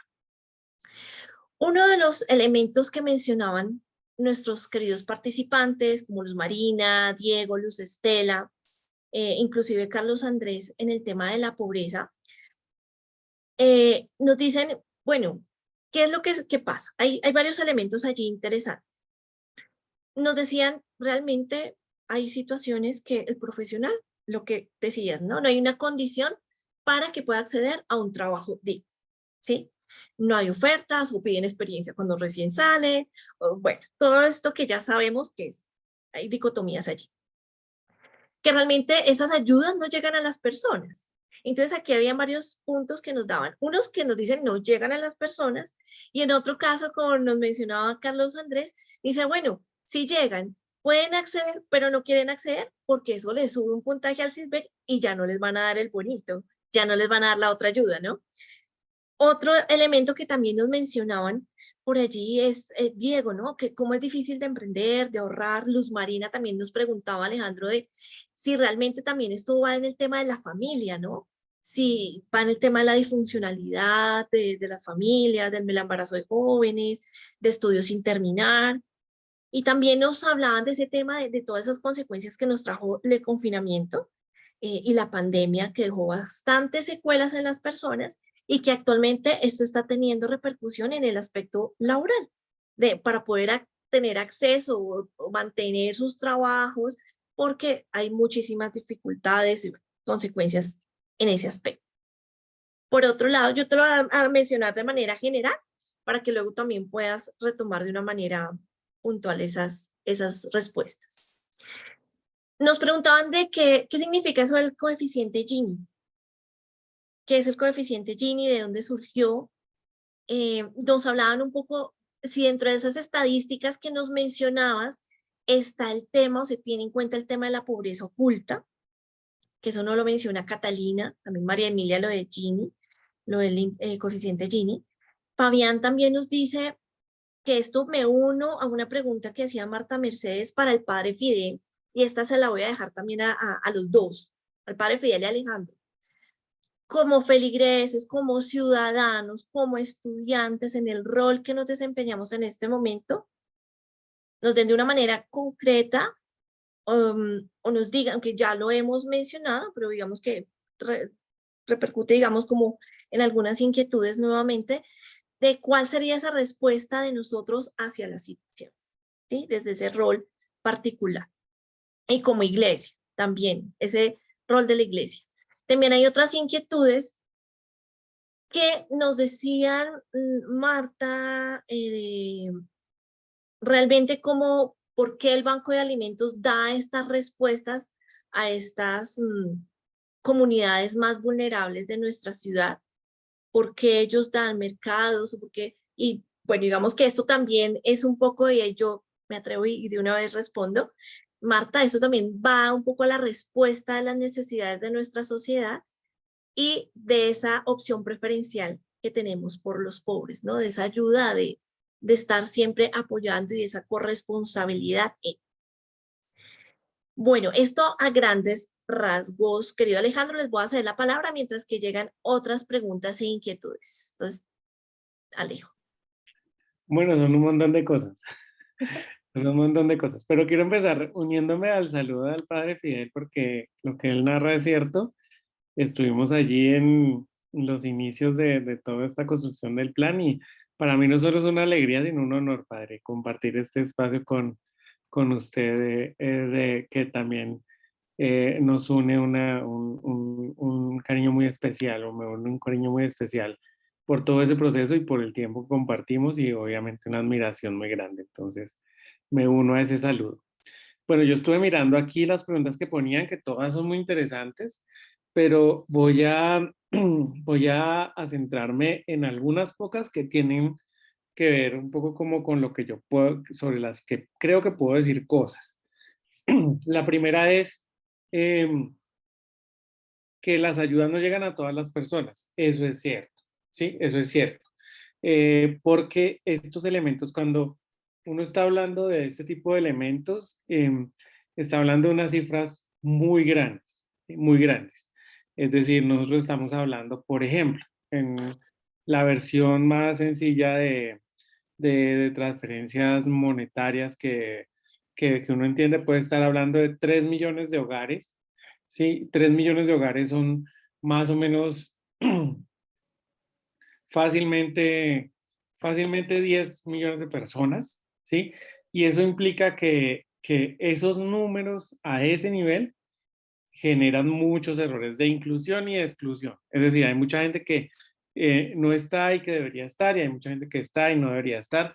Y pues digamos que y eso no solamente pasa en Colombia, sino en el mundo entero, porque pues eso, la única forma que tenemos para hacer esas inclusiones, esas exclusiones, pues es a través de herramientas que son falibles y que además de ser falibles, pues también vivimos en una sociedad muy marcada como por la corrupción y a veces la gente miente y no es tan fácil hacer esos tipos de seguimientos. Digamos que es fácil que usted identifique a su vecina porque la tiene al lado, pero que un programa que tiene 3 millones de familias identifique específicamente cada una de ellas, pues es muy complicado. Entonces, cada día pues hay más información y se trata de mejorar los sistemas, pero pues esos sistemas son falibles. Eso es una realidad. Eso tiene un nivel de unos márgenes de error y pues ahí se cae. Pero lo que sí les puedo decir es que no es la mayoría, es decir, porque ustedes conozcan a una o dos personas que están ahí y no lo necesitan, o que no están ahí y lo necesitan, pues eso no quiere decir que eso sea el grueso, ¿no? La gran mayoría de gente está ahí, pues digamos, bien focalizada, que es el término que nosotros utilizamos, o el término técnico que se llama focalización. La mayoría de gente está bien focalizada, pero hay muchos errores, eso es cierto. Pero bueno, una cosa que quería decirles, yo no estoy aquí pues representando la entidad, ni mucho menos, solamente trato de responder algunas cosas. ¿De dónde sale el coeficiente de Gini? Pues el DANE, que es el encargado de las estadísticas, tiene unas encuestas y tiene acceso a una información que permite más o menos identificar. No, igual, eso no es 100%, pero digamos que de algún modo tiene identificado cuál es el ingreso de cada hogar en el país, ¿sí? Tiene más o menos identificado por diferentes fuentes de información y por diferentes mecanismos, pues tiene identificado cuáles son los ingresos de los hogares en el país. Y a partir de eso, pues define cuál es la diferencia, ¿no? Entre los que más ganan y los que menos ganan, y ahí definen, pues, cuál es el nivel de inequidad o cuál es el coeficiente de Gini. Pues como para hacer la explicación más cercana, y es que no basta solamente con mirar pobreza, sino mirar también desigualdad. ¿Cuál es nuestra responsabilidad como iglesia? Bueno, yo creo que eso es responsabilidad de cada ciudadano y la iglesia mucho más, ¿no? Porque ya el Padre Fidel lo dijo y él es el experto en el tema, pero también ha sido algo que ha marcado también mi camino de vida y de fe, y es que eso es responsabilidad de todos, ¿no? Esa lucha por la justicia, por esa opción preferencial por los que sufren, por los que están en peores condiciones, pues es una responsabilidad del cristiano. Y si realmente nos sentimos o nos definimos a nosotros como seguidores de Jesucristo, pues tenemos que estar en la sintonía de esa opción que Jesús nos llama, ¿no? Por los que están en peor condición, los que están en peores condiciones. ¿Cómo se acaba el asistencialismo? Pues yo creo que no es tan fácil, es una pregunta bien difícil y no la responde solamente una entidad, pero lo que sí les puedo decir es que todos estos programas en el mundo están teniendo esta tendencia a generar incentivos a salir del programa. Entonces, ¿qué es lo que pasa con la mayoría de programas de asistencia? Pues que no tienen incentivos a salir, sino que tienen incentivos a quedarse. Entonces, la gran pregunta que nos estamos haciendo ahora nosotros como diseñadores de política pública es cómo generamos incentivos para que la gente realmente esté interesada o le sea bueno o quiera lograr superar esos niveles de pobreza. Eso no es tan fácil y eso va a implicar un camino largo, pero pues estamos trabajando en eso. Y pues ya, yo creo que básicamente lo que queríamos mirar acá o lo que yo quería mostrar era un poco pues cómo se ven las cosas desde allá, ¿no? Porque a veces no es tan fácil entenderlo y son discusiones muy técnicas, de pronto también muy difíciles de asumir o de entender, pero que también llevan a pensar en la dimensión, porque estos son problemas de dimensión, ¿no? Porque uno puede decir en una parroquia tenemos 20, 30 familias y uno dice eso es manejable, pero cuando estamos hablando de millones y millones, pues es bastante complejo. Vale, Alejandro, muchísimas gracias. Sí, bueno, es muy cierto. Es un tema bastante de seguir trabajando, ¿no? De seguir en discusión y de seguir pensándolo y también de lanzar propuestas, ¿no? ¿Por qué no? Si en algún momento ustedes se reúnen en un equipo, en un grupo, hablar del tema y surge una propuesta, bueno, hacerla llegar a la instancia para que sea escuchada, ¿no? También es eso, ¿no? No dejar que sean los de allá, los otros que piensen nuestra solución, sino nosotros que estamos acá, en este caminar, en este diario que vemos a la vecina, que vemos a 20 o 30, podamos ver opciones y podamos lanzar también oportunidades, esas estrategias que tanto necesitamos para poder superar esta situación de pobreza que, pues bueno, que tenemos no solamente en la ciudad, sino en nuestro país y en Latinoamérica. Muchísimas gracias, Alejo. Y también quiero escuchar un poco al padre Fidel, que también acá ya le están lanzando otras inquietudes, otras preguntas que nos dicen de cómo la iglesia puede ayudar a estas personas pobres y más alejados y olvidados. También nos preguntan de qué estrategias, qué hacer para superar ese otro tipo de pobreza que es la espiritual, para poder luego estar en comunidad y poder aportar a esas otras estrategias, ¿no? Y también nos preguntan de cómo considera que nuestra doctrina social de la iglesia si ha estado sectorizada en los procesos de formación pastoral, ya digamos como desde esa otra mirada en todo lo que viene allí alrededor, si solamente damos como unos puntillos allí o se amplía realmente o se trata de que se vea más allá de lo que es. ¿Cómo ve esto, padre? Bien, trato de responder al planteamiento de Fabián, que creo que es el que habla de la formación en doctrina social de la iglesia. Sí, señor. Yo diría que sí, ciertamente no siempre ha estado muy presente la doctrina social de la iglesia. A la preocupación del catecismo que teníamos en otro tiempo, tendríamos que centrar nuestra atención en eso que los papas han venido trabajando insistentemente en los últimos tiempos, a partir de León XIII, pero con una observación, que no se quede en doctrina solamente, sino que eso pase a acción, a praxis concreta, y ya depende de los ambientes, de las realidades concretas que se estén haciendo. Y hay que, desde luego, integrar mucho más en la formación general de laicos, de seminaristas, de religiosos, religiosas, la doctrina social de la iglesia. Carlos Andrés pide sobre todo medios, recursos, etcétera, ¿no? Para vencer la pobreza. Bien, yo diría así básicamente lo siguiente.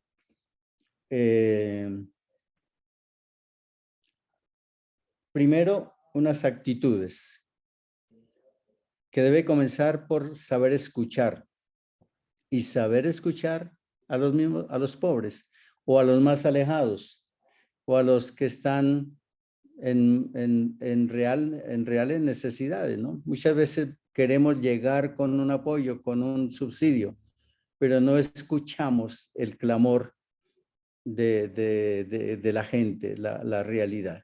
Y ese es el primer paso que el Papa Francisco nos está planteando, saber escuchar. Por ahí por mi tierra, por Boyacá, dicen es que el que no escucha es porque ya escucho, que no ocurra eso entre nosotros. Segundo, pasar de la conciencia ingenua a la conciencia crítica. Muchas veces nos quedamos en una visión de conformismo, Dios lo quiere, ¿qué le vamos a hacer? Así es la vida. Eso no funciona. Hay que pasar justamente a tener conciencia crítica de las cosas, ¿no? Preguntarse por qué, cuáles son las causas profundas, qué es lo que está pasando, qué hay detrás de esos síntomas, cuáles son los mecanismos que están generando toda esta situación de pobreza. Otra actitud que añadiría sería la de, bueno, esa conciencia crítica sería activar algo que es propio del bautismo. Fuimos consagrados sacerdotes, profetas y reyes. Y eso de profetas es precisamente eso, tener conciencia crítica, mirar las cosas con objetividad, recordando siempre los ideales de Dios, del plan de Dios, lo que Dios quiere. Mirando desde ahí, entonces tomar conciencia de qué es lo que nos está pasando.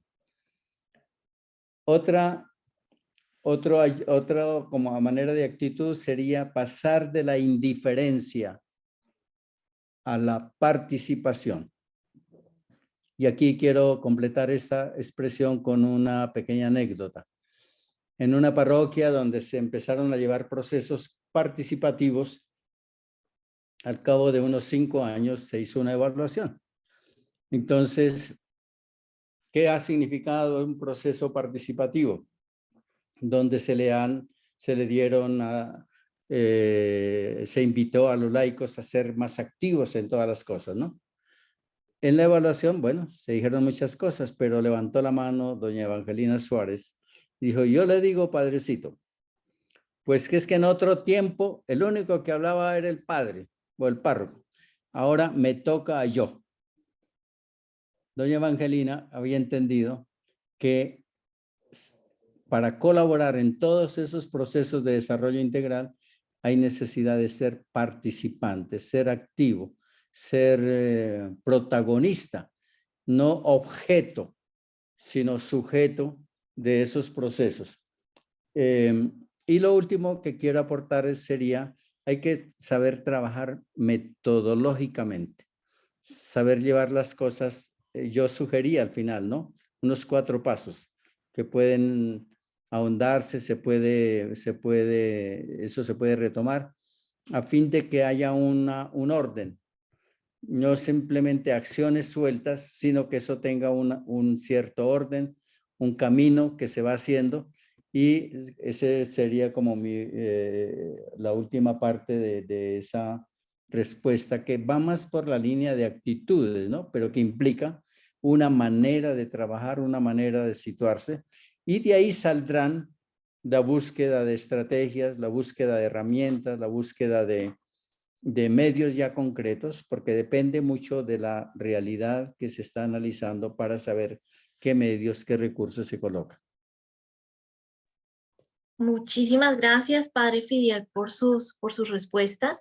Bueno, y a cada uno de ustedes por su participación, por cada una de estas opiniones, preguntas.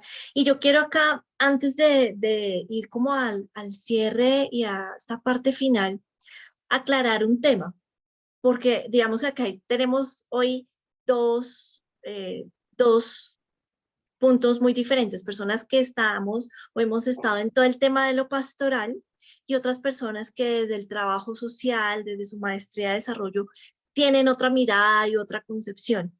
Y quiero aquí explicarles un tema. Cuando nosotros hablamos del tema del discernimiento, es también de la iluminación, hay 2 puntos. Uno, cuando hablamos de esa iluminación de la fe que también mencionaba el padre Fidel en un momento, como tener claridad de ese norte, eso, ¿dónde me voy a parar yo? A eso hace referencia. En nuestro caso, si nosotros estamos en una parroquia, pues es evidente que nos vamos a parar desde la fe, ¿no? Desde los principios que tenemos allí, desde la palabra. Si yo me voy a parar en una comunidad, independientemente de nuestro credo religioso, en el lugar donde estemos, pues tenemos que tener claro nuestros principios, ¿sí? ¿Cuáles son esas bases, esos principios, ese foco, ese objetivo? Que es la pregunta que, ¿esto para quién es? ¿Esto para qué es? ¿Cuál es el interés de esto? Sí, esas bases y esos principios que se necesitan tener, porque a veces se nos va por la corriente y los principios, por eso llega la corrupción, por eso llega esta infinidad de pérdida de recursos, etcétera. Entonces, a eso también hace referencia, ¿no? Es a pararnos con claridad a dónde, desde dónde nos estamos, desde qué principios nos estamos parando para ejecutar. Y el discernimiento es esa reflexión que se hace y análisis que se mira desde diferentes ópticas para elegir. ¿Sí? No es solamente tomar de aquí y de allá, son muchas las miradas, muchas las ópticas para poder decir, si hacemos esto, pasa esto, si nos vamos por aquí, pasa esto, si nos vamos por allá, pasa esto, lo otro, ¿no? Es a eso que hacen un poco referencia. Quería hacer como un poco esa claridad, espero que lo haya hecho como de la mejor manera para que todos podamos entender como esa terminología. Y bueno, para todos, para cerrar, yo les voy a pedir un favor. En esta ocasión vamos a enviar las memorias a las personas que estamos aquí, que estamos participando. Entonces yo les voy a enviar en este instante por el chat, les acabo de enviar un enlace y este enlace vamos a hacer evaluación para nosotros es muy importante de verdad escuchar sus voces, digan si me gustó, no me gustó la metodología, sugiero esto, seamos sujetos también en esto. Yo les insisto mucho, seamos sujetos también de estos procesos, si nos dan la oportunidad, pues hagámoslo. Y también porque estamos acá registrando una asistencia de nuestros queridos estudiantes de la Unimonserrate. Entonces, por eso vuelvo allí, lo dejo allí nuevamente, para que ustedes puedan, todos los que están en este momento, regístrense para que les pueda llegar la memoria. Esto va a ser privados. Con los correos que ustedes se registren allí, asimismo se van a poder tener acceso a estas memorias. Y antes de dar el último cierre, quiero compartirles estas palabras del Papa Francisco que hizo en su visita a la República Democrática del Congo. Y él estaba en ese momento, se había encontrado con algunas personas de obras de la caridad que estaban allí. Y él les dijo lo siguiente, dice, la pobreza y el rechazo ofenden al hombre, desfiguran su dignidad. Son como ceniza que apaga el fuego que se lleva por dentro. Si cada persona, en cuanto creada imagen de Dios, resplandece con un fuego luminoso, pero solo el amor quita la ceniza que lo cubre. Solo devolviendo la dignidad se restituye la humanidad. Es la invitación que también queremos dejarle, a lo que también hacía referencia Alejandro, a lo que también hacía referencia el padre Fidel, es a que seamos sujetos, a que no esperemos, sino que seamos partícipes, a que te hagamos voz y nos hagamos también escuchar. Bueno, voy a darles unas últimas indicaciones, unas últimas invitaciones para que por favor de una vez se agenden, tomen nota, tomen pantallazo, porque les vamos a dar el calendario que vamos a tener de los diálogos en la ciudad de este año y unos eventos próximos que vamos a tener, tanto de la Escuela de Ciencias Humanas y Sociales, que van por esta línea, que también les va a servir muchísimo a todos los que están aquí presentes, y también unos eventos, formaciones desde la Arquidiócesis de Bogotá, que también les nutre desde otra mirada y desde otra óptica. Entonces, para eso le pido el gran favor a mi querida Jenny. Yo voy a compartir por aquí pantalla para que todos podamos ver. Listo, perfecto. Gracias, Caterine. Entonces, bueno, antes de dar paso precisamente a estos anuncios, agradecemos a todos su presencia en este espacio. Los invitamos entonces a seguirnos en nuestras redes sociales. Les recuerdo que las redes sociales en las cuales pueden encontrarnos son Facebook, Twitter, YouTube. Son las redes en las cuales nos pueden encontrar. Les anunciamos entonces ahora sí nuestros próximos eventos. Próximos diálogos en la ciudad. Los esperamos entonces para que nos acompañen el 1 de junio, 3 de agosto y 19 de octubre. Tenemos entonces así una serie de eventos, tanto arquidiocesanos como desde la Universidad Monserrate. Tendremos entonces el 10 de marzo una formación en Biblia. El sábado 25 de marzo, taller experiencial para animadores vocacionales. Viernes 17 de marzo tendremos Cátedra de Paz con el tema Reforma a la Salud y Paz desde Unimonserrate. Tendremos el sábado 25 de marzo desde la Arquidiócesis de Bogotá el primer encuentro formativo en desarrollo humano integral. El jueves 30 de marzo una charla Amar es Libertad, rompiendo el hilo de la dependencia emocional. Esto se realizará a través de la línea de la esperanza de la Arquidiócesis de Bogotá. El miércoles 26 de abril tendremos el conversatorio sobre desarrollo, acciones sociales y desarrollo social de la maestría en gestión del desarrollo social de Unimonserrate. Tendremos para el mes de marzo, tendremos otros encuentros, formación de escuela de animadores desde la Arquidiócesis de Bogotá. Seguido a esto, para el mes de abril, tendremos el Congreso Arquidiocesano de Catequistas por parte de la Arquidiócesis de Bogotá. Y para el jueves 18 de mayo tendremos el segundo coloquio de Teología Contextual por parte de Unimonserrate.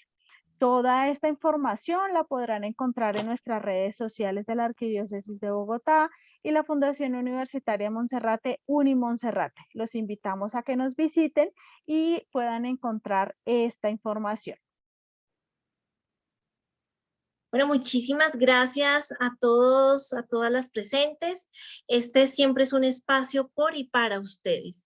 Si tuvieron algún inconveniente para entrar por el enlace, porque me estaba diciendo, me está pidiendo un acceso, Me dejan acá el correo en el chat, esto está quedando grabado, entonces allí también les puedo enviar la información. Muchísimas gracias a todos.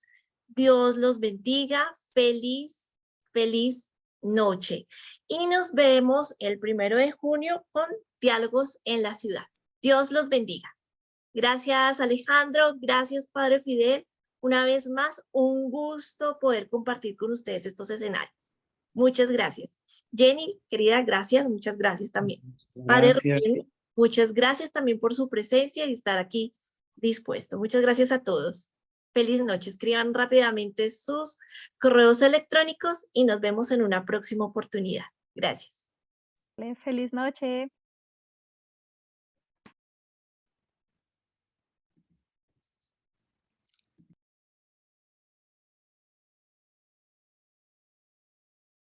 Muchas a ustedes, Dios los bendiga.